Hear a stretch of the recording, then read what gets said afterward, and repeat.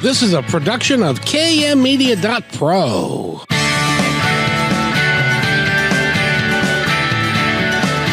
Welcome back to Positive Talk Radio. Our goal is simple: to explore evolving ideas one conversation at a time. So come on over into our world. I know you'll like it, because on today's show, do you have kids that are in high school? Do you know somebody who has kids that are in high school?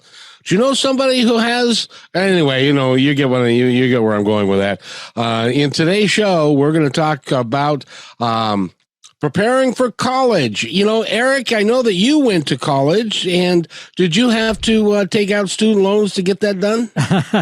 Luckily, I went to a technical college, and I was able to cover it with, a part-time job at the time. A little help from Dad paying the rent, but, mostly I was able to pay out of pocket. But I understand this is the exception rather than the rule, for sure. These days, that's what I understand as well. And I know lots and lots of people that are so indebted after they get out of college, and the career that they've chosen doesn't necessarily pay for the debt that they have incurred over time. And so some people end up with that in their 20s, late 20s, 30s, and 35 and 40, and it makes it very, very tough. Now, before we begin, and we've got a wonderful lady who's going to talk to us about getting ready for kids going to college and how best to position them and when they need to start looking at that and that kind of thing. But first, I do have to say that starting the 14th of November, our Monday show is moving from 9 a.m. to 3 p.m., all because we get to have Eric as our producer. Is that why? Fantastic. No, it has actually more to do with the fact that 9 a.m. just is a little early for me to get all excited about, getting everything ready and stuff like that. So I needed a little bit more time. Believe me, as a night owl, I totally understand. So I'm excited to be working with you for 2 days a week now. It'll be great fun. It is really hard to get up to spend the rest of your time and go to bed at midnight, 1 o'clock, and then to get up at 7:30 and prepare for a show, and then to actually be coherent at 9 o'clock, even though I lack coherency most of the time anyway.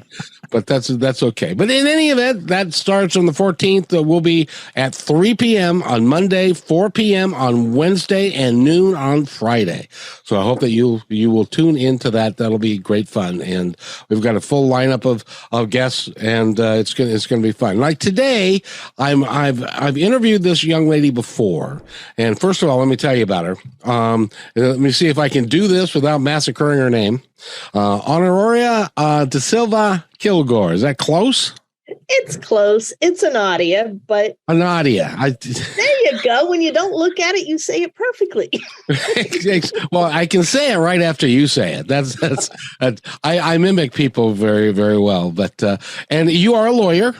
And yes, you have been working with people in financial matters and long-term planning for a long time. But in your bio, one of the things it says is that one of the recurring themes that comes up is if you are a parent and you're raising a couple of kids and you want, you get... I know what this is like because this is what happened to me. You raise your kids, they are 10, they're 12, and you start thinking, well, I probably need to start preparing for college. And then they get to be 13 and 14, and then you say to yourself, I probably need to start preparing for college. And then they get to 16 and 17 and they go into their senior year, and you say to yourself, I probably should get ready to prepare for college. And by that time, it's way too late. And it's been a long time since a lot of us have been in school. And so we don't know how to negotiate through the minefields that are out there with student loans and how it all works, which is why you started your business, which is called PCCI, Personal College Counseling Incorporated, and that's why you do what you do. And welcome to the show, by the way. Thanks, Kevin. Thanks for having me back. I like you said, I did a little bit of a pivot in my practice because I felt that there was such a need for people getting real information. I always feel that information is power and knowledge is power. And using that knowledge and information to your advantage is super helpful, especially when you're looking at the prices of higher education, whether it's public or private. They're all pretty expensive. Unlike Eric's experience, that is definitely not how most kids can get through nowadays. And for some of us, we're fortunate we have saved up since the day these kids were born. Is basically sure, that's going to happen. To do if you're really hoping to cover the whole thing. But most people, they save what they can when they can, and it's often not enough. So it's a real problem because you also have the emotional factor that factors in, I know this school is supposedly great, so I'm going to go into debt because someday it'll pay off. And then there's a little bit of an issue with that too. You got to go where is good for you.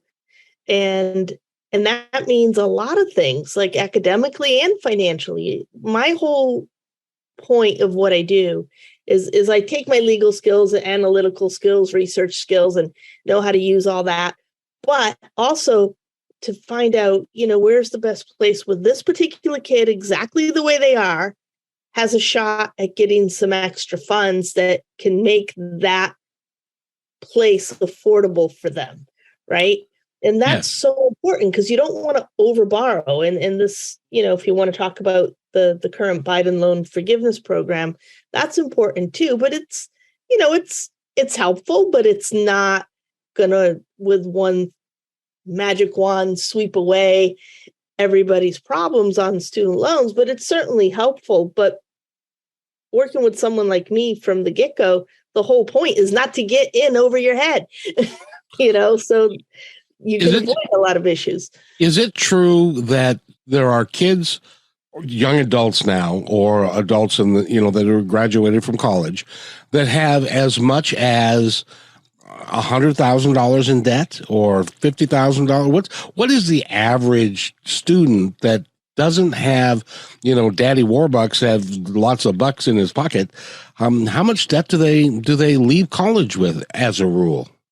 Well, way too much if you go over what I consider reasonable borrowing. I think it's reasonable to have the kids, the young adults, as you said, have some skin in the game and take an interest in helping finance their own education. And that's where the government guaranteed student loan program is excellent. But you can't rely on that to cover the whole cost of college because it's $5,500 as a freshman, a little bit more as a sophomore, and so on. So if you were to just take the guaranteed student loans, you'd be graduating with, I probably should know this off the top of my head, but let's just say $27,000, roughly, maybe 21, somewhere around there. Whatever that is, I think that's a reasonable number and to put into your own education that you can reasonably pay back over the expected time period, which is roughly about 10 years. And if you were to be able to graduate from college and just have that debt, you're looking at the equivalent of maybe a car payment or something, but for a longer period of time. I don't think that's ridiculous. I really don't.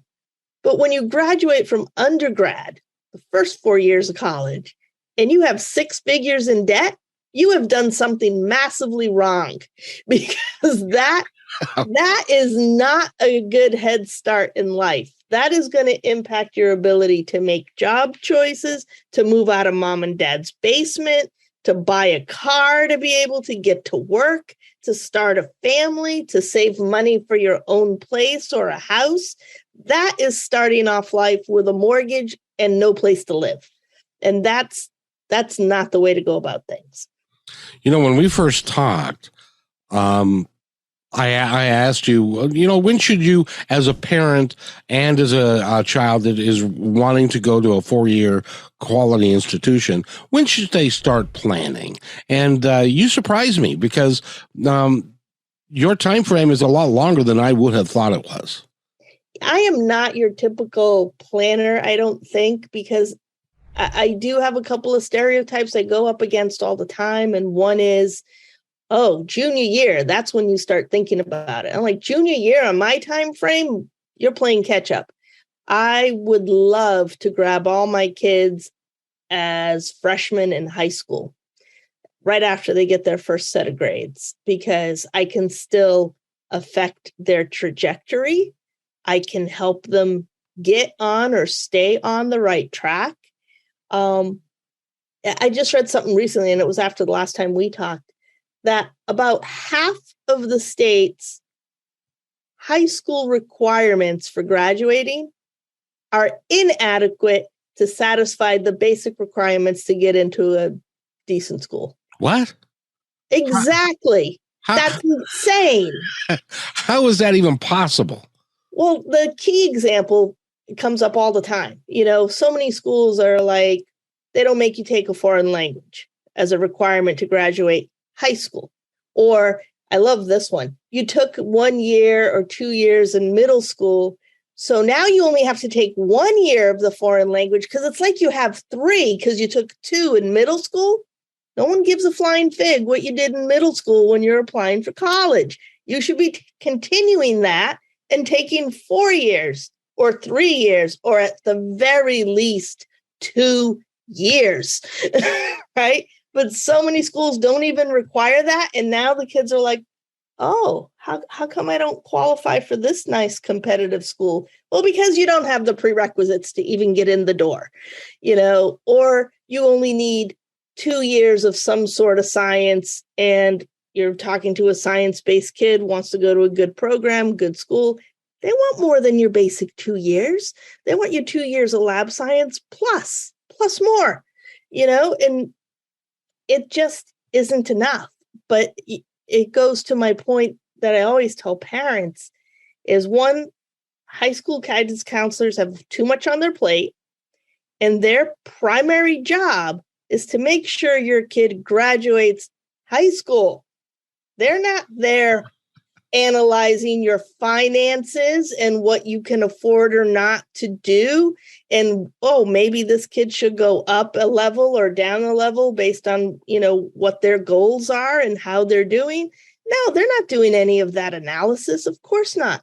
They're looking at your kid. And if you have a good student that's not in trouble, you're going to be lucky. And I say this with 100% certainty, because I have yet to be proven wrong with anyone I've worked with. You're going to get 5 minutes, if you're lucky, with your guidance counselor with a pre-printed schedule. Here's what you should take next semester or next year. Nice to see you. Have a nice day. Next. There's no counseling. There's no in-depth look. There's no future planning. They need to get you through the door. Well, that's not really their job in the way that they look at it, because they've got too many kids on their plate. They've got, on average in a major high school, how many students does the average counselor have?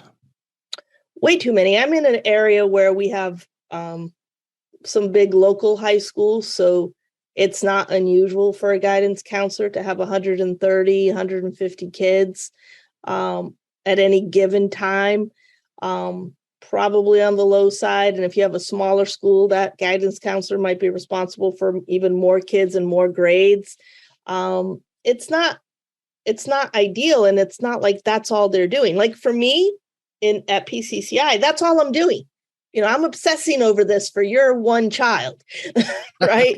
I am not also having to worry if someone came to school that day and they didn't eat, or are they in a safe environment, or what is going on? Why is this kid showing up in a certain way? And what can we do to keep them safe and healthy and still be a good student? Those are important, but they don't help my kids get on track for college. So let's say a student or a counselor's got 150 kids.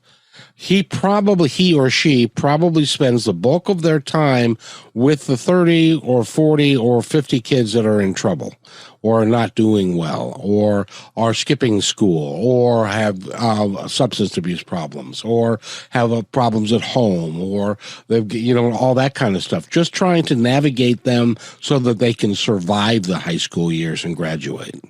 Yeah, you hit it on the head. And I have a lot of great kids, and sometimes I don't have access to everything the school has on them. For example, like what's your GPA? What's your class rank? What percentage are you in? They're not even going to give the kids this most of the time till they're seniors, which is very late in the game. I want it earlier if I can get it. And then I'll say to my student, get back in touch with your high school counselor and get this info. And they'll have to wait 2-3 weeks maybe to even get in the door to ask the question to get the answer. Versus the way I work, I'm like, I'll text you and I want an answer. Or vice versa, or let's get together this week or tonight or tomorrow or whatever. It's a much different relationship. And the key is it is actually a relationship. I have a relationship with each one of my students, Well, and I need to tell you a story. And to everybody that's listening, this story could apply because this happens all the time. I have a good friend of mine. He has means. He does well. He has done well, and he was able to provide financing to his student, his son, to go to a particular school. His son wanted to go to Arizona State. And the reason he wanted to go there is it is known as a party school. And his dad had no earthly idea. And so he thought, well, Arizona's a nice area and it would be good. And so he paid the money up front and for him to go there. And I think the bill for room and board and to be a freshman and stuff for the first quarter was like $8,000 just, for all of the things that he was going to need to have without having to work and stuff. Well, sadly, he didn't make it past the first quarter because he spent more time partying at the school because he's an 18-year-old kid who's never been on his own before and doesn't have the sense that God gave him a 10-year-old because it was party. And so consequently, he flunked out of school and his dad was out the money and he never was able to go back because of that thing. That happens, doesn't it? It does happen sometimes. And you're going to get me off on morality things and well, no, the reason that I bring that up is that because you are intimately involved with the kid and have a relationship with the student themselves, you can guide them away from, hey, I want to go to this school because why do you want to go there? Well, it's a great party school, and I think that's probably not a great idea for you. And well, here's the thing: if you want to party, you're going to find out. You're going to party. And some places are going to make it easier than others for sure. So I'll let you in on a few private conversations that I have with the kids, because I talk to the kids primarily one-on-one. I talk with or to the parents as needed. But for the most part, part of my process is trust your student, trust me to get through this and get their real opinions on things and what they're thinking. Because there's things they're going to tell me they're not going to say in front of their parents, or they just close their mouth, right?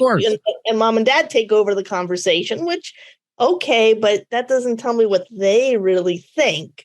I think that's a rule of life. Is that children, your teenagers, are not going to be honest with you as a parent because there's no win in being honest with your parent because it's going to be a problem. Well, when I was a kid, my philosophy was what they don't know won't hurt me. So I've exactly, and that's part of the being a kid, being a teenager is. Yeah, and you have to understand they have a certain amount of capacity, and you want to focus on the good stuff and really kind of encourage them to be their better selves. But you also have to be, I think, as a parent and as an adult, if you want to be included in the conversation with them, you don't try to manipulate and control everything they do, but give them techniques and, common sense about how to do things. So one thing I always tell the kids before they go away is, you should be social. You should socialize with your friends, and not everybody's a big partier. And even if you're at a party, it doesn't mean you have to be drinking to oblivion. So start learning, where your limits are, what it feels like to be buzzed. I know some parents can be like, what? Nobody drinks before they're 21. Oh, sure. Oh, sure. Get some real life experience in a controlled environment, but also the red Solo cups are your friend. Nobody knows what's in them. So you can put water in there. You can be drinking soda and nobody knows if you're still knocking them down at the same rate as everyone else or not. Well, and we live in the state of Washington, and KKNW is broadcast all throughout the Seattle area. And there's a group of kids that are going to end up in Washington State University, which is over at Pullman, which is like walking distance to Moscow, Idaho, and where the drinking age, I'm not sure if it's still the same, but at one time the drinking age was a lot lower. And so they could go over there and have just a whale of a good time and get into problems there as well. So let me tell you, Kevin, it doesn't matter how old you are. And I'm from New England. So, and I'm going to date myself with this term, but there's a thing out here that we call the packy run. So that means when you get alcohol, you go to a package store. So if you want someone to go on a packy run, they're going to go to the package store and buy some alcohol. All you got to do is know somebody who's 21 to go to do the run. You don't have to go across state lines or any other, extravagant means to get this. So it's important that I think kids know how to drink responsibly.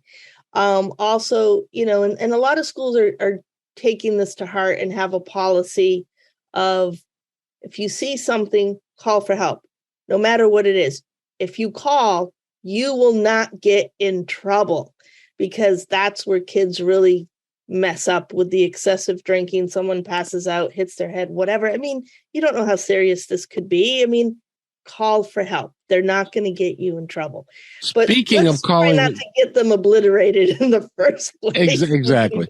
Speaking of calling for help, I've arranged for a good friend of mine that has been in college fairly recently and has accumulated some student debt, and she's on the line. Her name is Holly, and I want to bring her on the show right now. Holly, how are you? Oh, hello. Thank you so much for taking my call. You are so welcome. And we were talking about student debt and the latest changes. And Honoria, did I say that right? No. Dang it! Why don't you call me Nod, Kevin? You can handle that. I'll call you Nod. That would be much. There you go. That would be much better. But so, Holly, have you been paying attention to what we've been talking about so far? I have, yeah. I wanted to hear a little bit more about it. I did make sure to apply for the most recent student loan relief forgiveness application, and I'm just waiting. But a lot of my friends that do have student that hadn't heard about it yet, didn't know about it, and so I was wondering, at least for myself, I know we're having to wait. One update I saw was something like it was in court, but my student loan bank or whoever handles my loan still said to still apply for it. And so I'd love to find out more about that, because I'm not well versed in politics. And then my other question is if you might know if when things like that happen, if it's generally considered like taxable income, or I would just love to know a lot more. And for all the other students out there or people who were students and now have debt as well, just some of the basics around it. Sure. Oh, and one more question that I wanted to add to that is the Fed today raised interest rates again.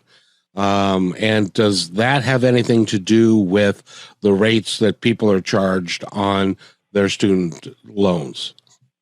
Okay, so let's start with good question. Yeah. I don't know if I know the answer directly for that one, but for Holly, you did the right thing. Right now, it's pretty straightforward. It's literally will take people 2 minutes to fill in the information.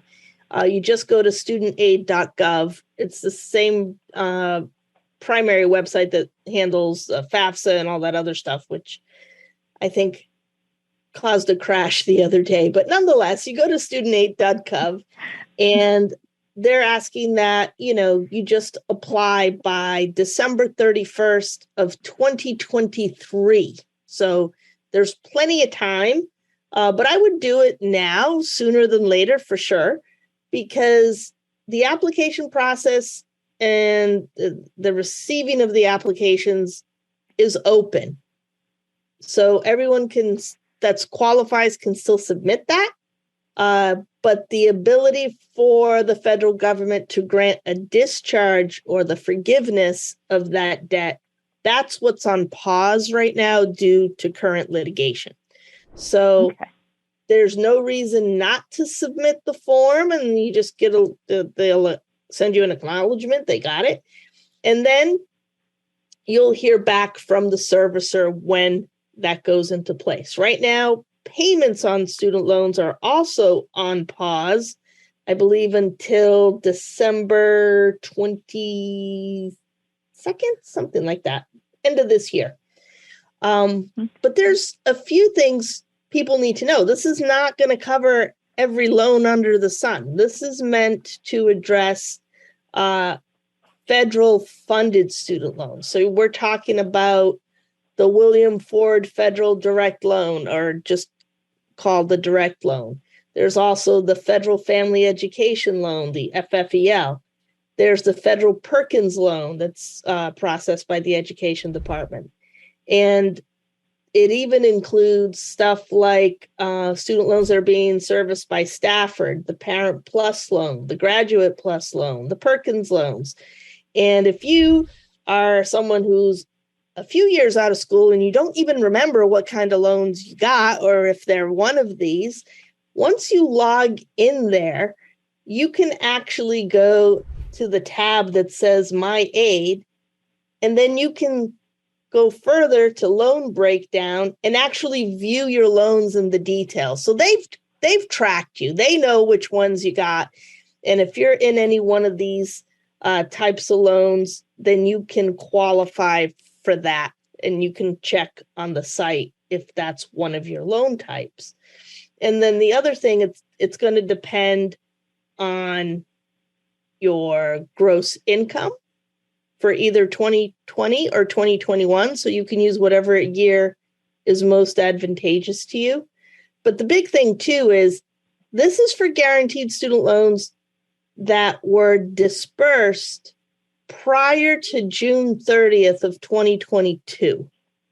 It is not for any loans that have been taken since that date. So you're going back in time and you're looking at those loans, and then there's a cap on it. It's 10,000, up to 10,000 if you have at least 10,000 in debt. And for recipients that got the Pell Grants, they can get 20,000.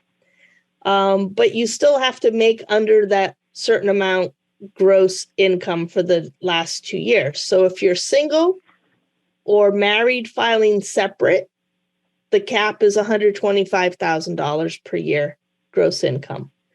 If you're married filing jointly or you're head of household, then the cap goes up to $250,000. And they even have something for a qualifying widow or widower, which is also under $250,000. So that'll cover a lot of people, I think.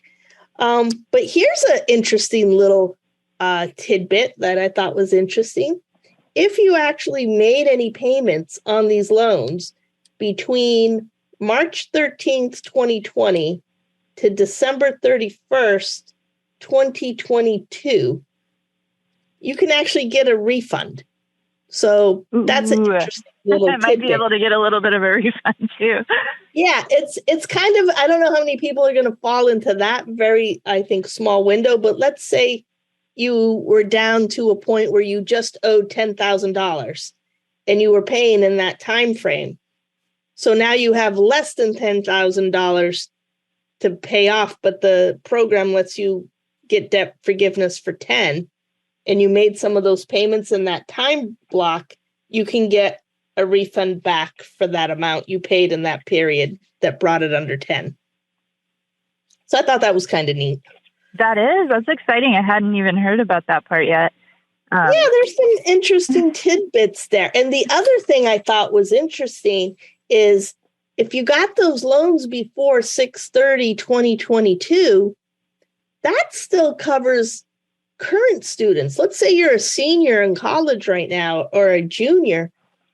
You've probably already accumulated $10,000 of guaranteed student loans. You can still apply. So, that's good to know too. Yeah, I think a lot of folks are under the impression you have to have already graduated. So take it even a step further. Kids in grad school or law school or med school, I know they have a ton of loans. So any chipping away that they can do that they qualify for this stuff would be helpful. And they should be looking at that.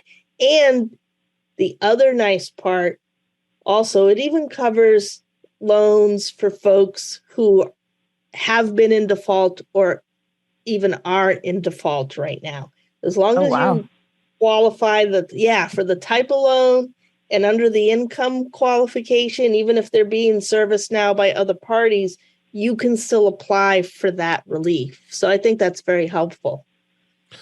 That's wonderful to hear about, because the little bit of information that I was able to get when I did fill out the application did not have a lot of that you were able to help educate us with just now. Yeah, you kind of have to dig for it out there, but it's out there. But the form itself that they're having you guys fill out, it's literally name, address, social security number, and then they're gonna track you.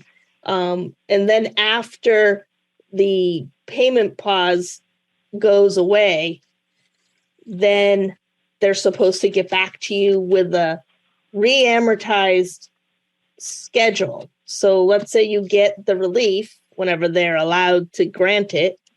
Then the servicer is going to have to get back to you with a new loan balance that's recalculated now on the new balance, and to Kevin's point, at whatever interest rate it's being tracked at.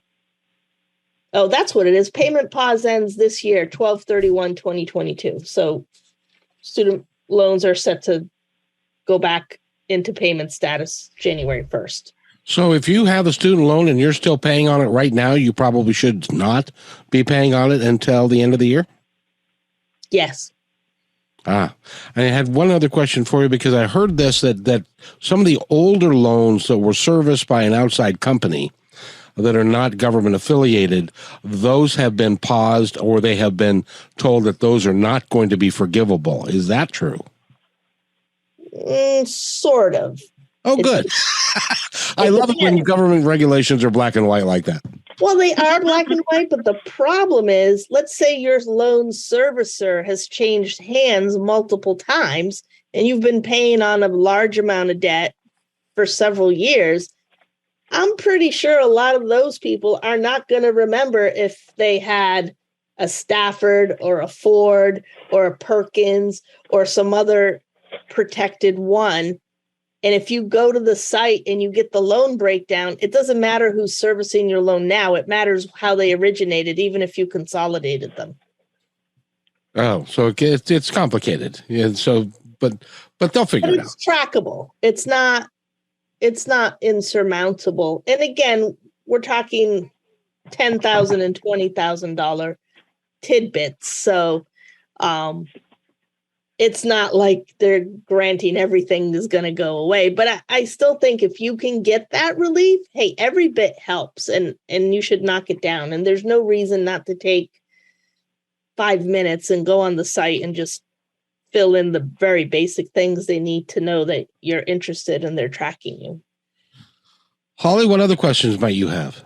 Oh, sure. I think the only other one I was wondering about is if it's something like that is sometimes considered like taxable income or not, because I've never experienced any big chunks of money like that before. I'm going to guess it probably will become taxable, because if they can tax you, they probably will want to. Right. But when you're talking about taxes, I'd rather pay a percentage of tax on 10,000 than actual 10,000.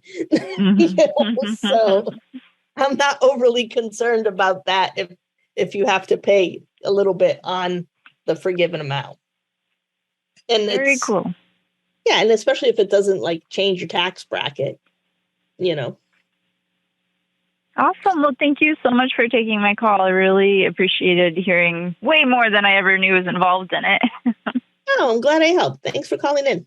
And Holly, thank you. Would you like to take just a moment to tell everybody about the company that you own, and also you work with KMediaProductions.pro?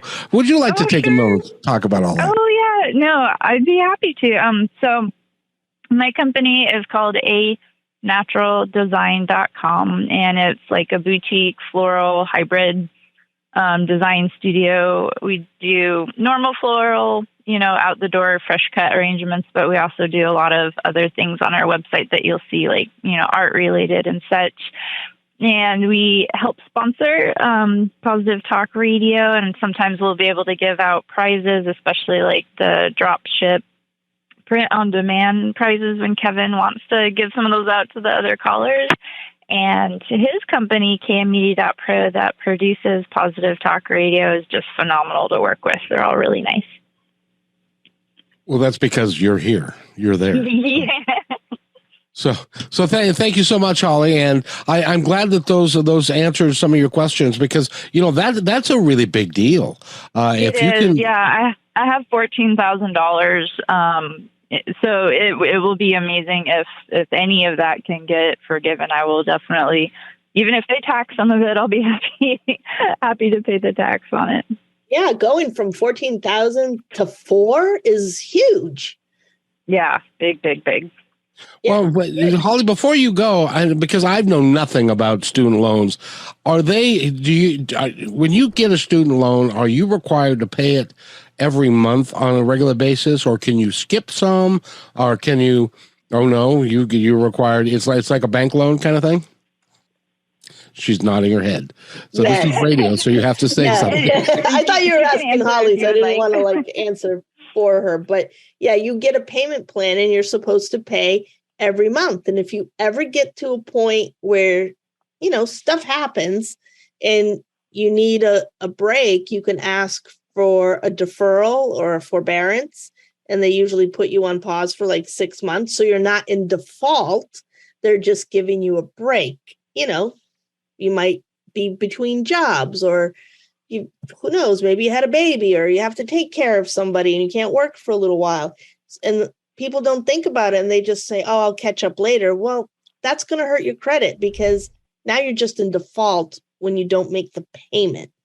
And also they're looking at a lot of these income-driven repayment plans. So they're really trying to introduce more flexibility into how they figure out what that monthly payment plan should be for you. Am I also correct that this is not dischargeable in bankruptcy? Bingo, bingo. It is definitely not.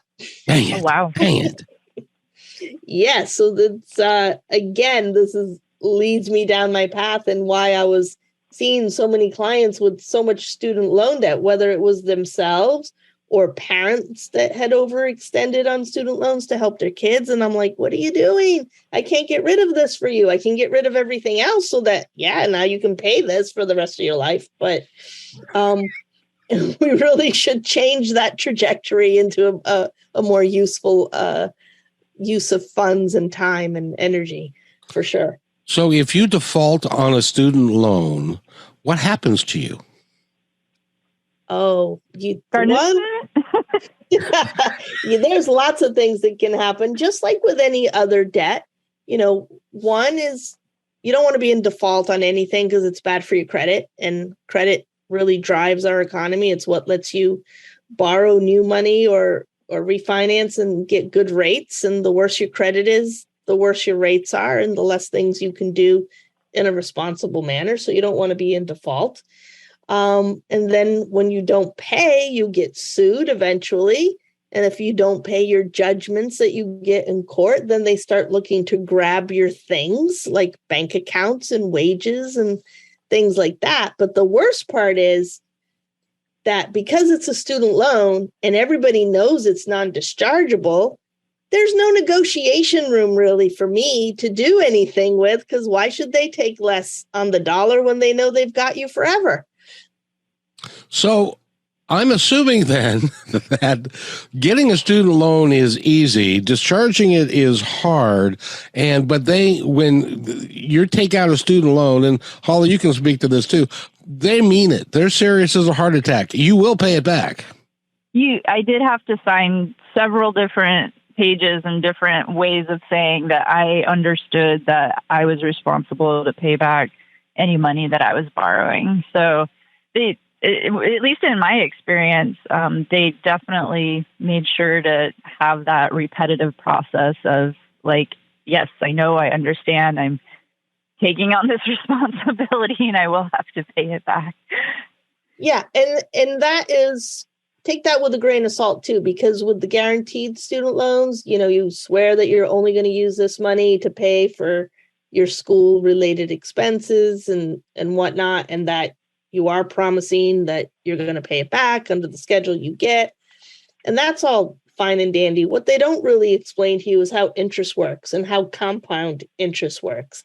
Mm-hmm. And how that number can easily go up if you still miss a few payments here or there or whatnot. But what gets interesting is after the guaranteed student loans, this is where people get really in trouble because, like I said, I think if you can stick to your normal guaranteed student loans, that's a fair price. But then you get the private lenders in this sector that it's still pretty easy to go and borrow more than this amount of money per year.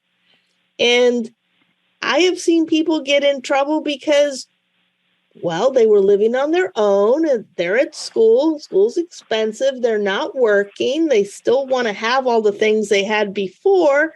So they borrow the student loan money and, they bought a car because they needed a car to get to class. And then, they needed a nicer place to live than that little cramped dorm. So they borrowed enough to pay the rent and so on and so forth. And that accumulates really, really fast. And it's not a good idea. Oh my gosh. I actually knew a girl years ago that did exactly that. She used it to buy a car and then ended up crashing it later that same week. And I just remember thinking like, oh, honey. Yeah. And guess what? They don't care that you did that. You don't get to say, oh, sorry, can you forgive me? Or can I back out of that loan because I don't have the car that I bought with your money? No. Now, if you have a kid and he goes to get a student loan, do you, as a parent, have to co-sign for that, or can the kid do it on his own? Well, the beauty of the guaranteed student loans is this is meant for the student. This is the student's responsibility, not mom and dad's. But when you go beyond these guaranteed student loans, then it's a mishmash of a lot of different things. So parents have a tendency to go into maybe remortgaging their house and taking money out to give that to cover as a bridge loan to the kid because they are spending more than what the student loan covers, and then that becomes a responsibility of the parents, and that's how they get into trouble. Is that right? Well, sort of.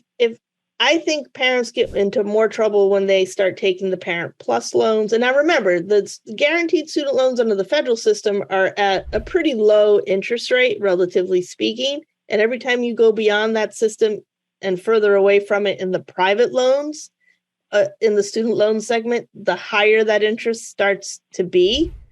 And they go into repayment right away. So it's a very different thing. Students have until they graduate, and then they get a 6-month grace period before they pay it back. But depending on whether that loan was subsidized or unsubsidized, affects whether or not it's accruing interest from day one or not. So there's some distinctions there. But what I encourage my parents to do, if they have the means to do this, and they're responsible enough to do it, is if you have equity in your home, your equity or HELOC loans are going to be at a much lower rate generally than any of these other parent student loans are going to be. And you can use your house as your bank if you're disciplined. So I want to get my students in a situation where after the full cost of the school, which is tuition, room and board, I don't include the incidentals because I actually expect students to work in the summer and pay for their own books and incidentals. So I do expect them to do something. But I do expect mom and dad. You're mean. I just have rules and expectations. And I think I like her rules. I want kids to know that they have responsibility and, they have to be vested in the whole process. And I think it's important to have those conversations realistically with the kids from day one. But then the parents have to cover the balance, the difference between total cost minus student loan and aid. Whatever that balance is, my goal is to get that number to be in range that a family can cover. And every family's needs are different. Some people need that number to get really small. Others can handle a bigger number. That's okay. But if you can get it down to a number they can cover, but they just don't have it sitting in the bank account right then because you have to pay in August and again in January for half and half. Let's say you take a HELOC loan for $20,000. Now pay yourself back over the next year as if you had a strict loan. You're just paying yourself back at a much lower rate. And if you run into some bumps along the way, well, a HELOC loan, you're only paying interest to not be in default on your loan the first 10 years of the draw. So you have that flexibility there that a Parent Plus loan is not going to give you, and it's going to charge you a higher rate. So if you can do that every year, then you really should end up at the end of the 4 years with a zero-sum game here because you paid yourself back every year the amount you took out. And if you run into a bump, you can give yourself a little bit of a break, but you have to be disciplined to keep paying yourself. There are so many, and Holly, you know this, there are so many areas that need to be addressed, like what's the kid going to be taking in school? What does he want his major to be? I don't know a human on the earth that can pick at 19 years old what they're going to do for the rest of their life. I don't ask them to do that, actually. I want to know where their interest lies, because I just want to know what you're geared towards so that we can set the table with enough options that you're going to fall into something you like. Because I really believe if you're doing something you're interested in and you enjoy, then you're going to put the time that you need to put into it to get good at it and then follow that the next step towards an internship or a job or whatever. It's foundation, and everything is built on one step after the other. But if you take a kid that's great at writing and you force them to go into a STEM school and become an engineer, I don't think that's going to work out so well, because they're just not going to love the work that it's going to take to get good at what the engineering needs if they would rather be writing something different. It's just, you're just not geared that way. I think that's great. And Holly, what she is saying makes a whole lot of sense to me, because you can't know everything as a parent. And it's great to have that somebody to help you get through all of that, because it is really a minefield, isn't it? It is, and it's so overwhelming. Like, most parents don't have enough time to take care of just going and working full time and then trying to make sure everybody's eaten, housed, and so having someone to help out and help guide the whole process and the conversation. Yeah, that's exactly what's going on. I have an interesting variety of families, if you will. I have a lot of, first generation students. So their parents didn't either go to college or through our college system. So this is way beyond anything they're used to even dealing with. It's all brand new to them. So I have a lot of that. But I also have a lot of parents that work hard, make really good money, and they don't have time for this because they're already working 60 to 80 hours a week, and this takes time. It takes time to do it well and to get the kids into places they should be looking at that's good for them, and also that the parents don't have to overpay for. That's my key.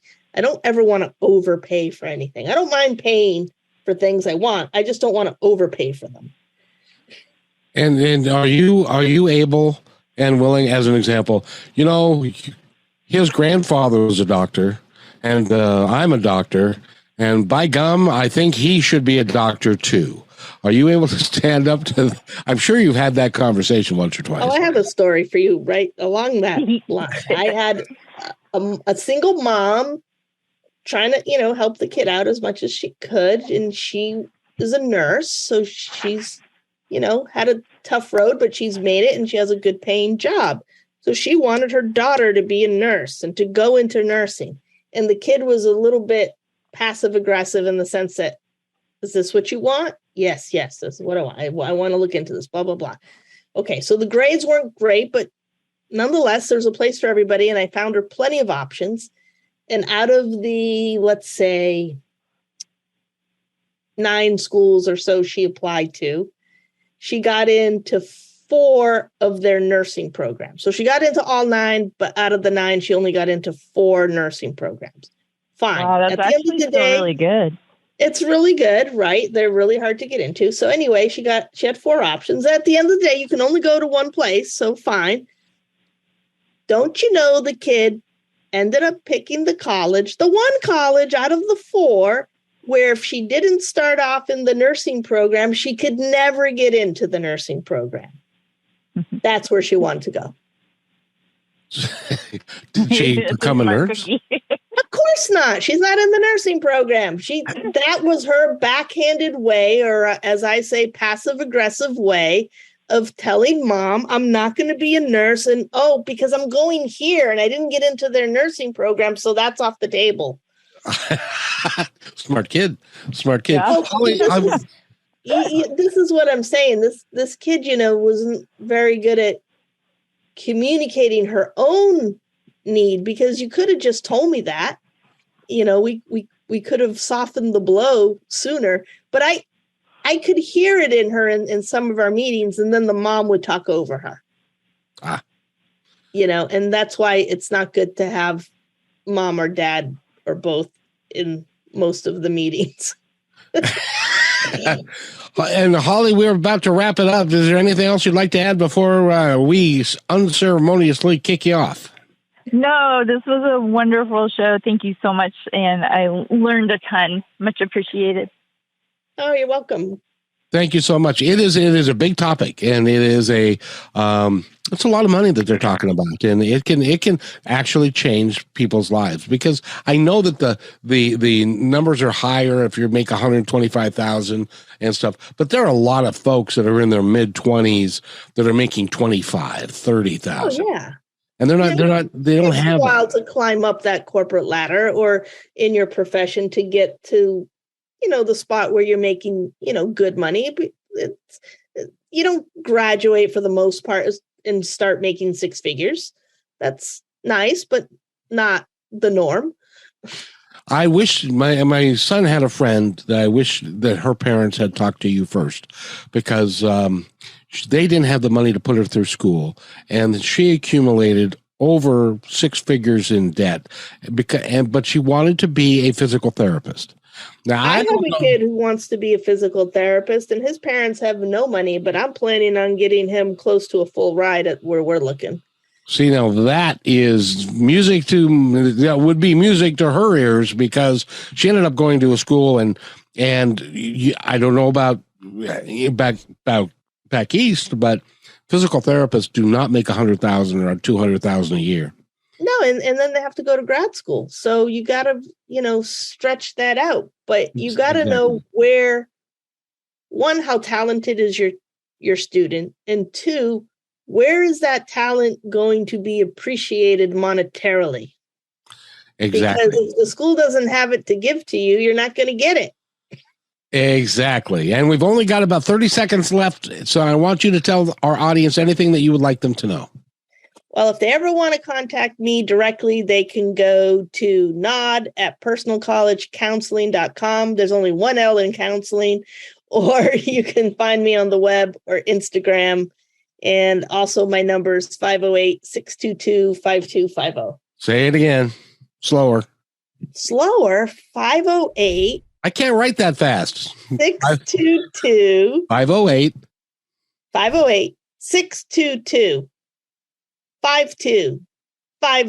You told me I only had 30 seconds, so I was talking fast. I know. Well, we've only got about 10 seconds. No, I've got 20 seconds left in time enough for me to say thank you for coming on the show tonight. You have been very helpful to a lot of people. Eric, thank you for being a class engineer. Holly, thank you for joining us. And by the way, be kind to one another because, each other's all we got. We'll see you Friday at noon. Have a great day, everybody.